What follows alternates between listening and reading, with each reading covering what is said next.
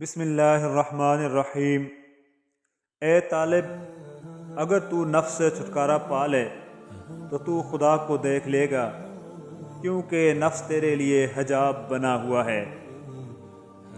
हर इंसान में एक तड़प और लगन मौजूद होती है, और यही तड़प और लगन उसको अज़मत तक ले जा सकती है।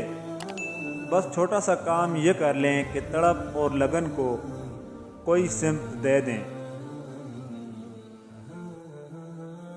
सुल्तान बाहू रहमतुल्लाह अलैह फरमाते हैं कि अगर तू चाहे कि नफ्स तेरा अच्छा साथी बन जाए तो तू दरियाए वहदत में गर्क हो जा।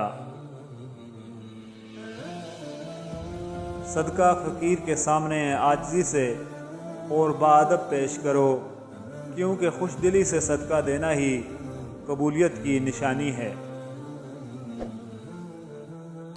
मुसलसल अहमियत देने के बावजूद भी अगर रिश्ते बेकदरे और बदमिजाज रहें तो कोई मलामत नहीं, तब रहने की बेहतरीन जगह हुदूद हैं।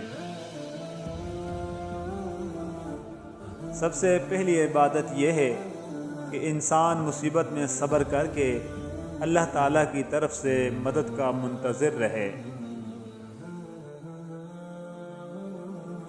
नाकामी एक बरसता बादल है और तुम्हारा इरादा एक छतरी।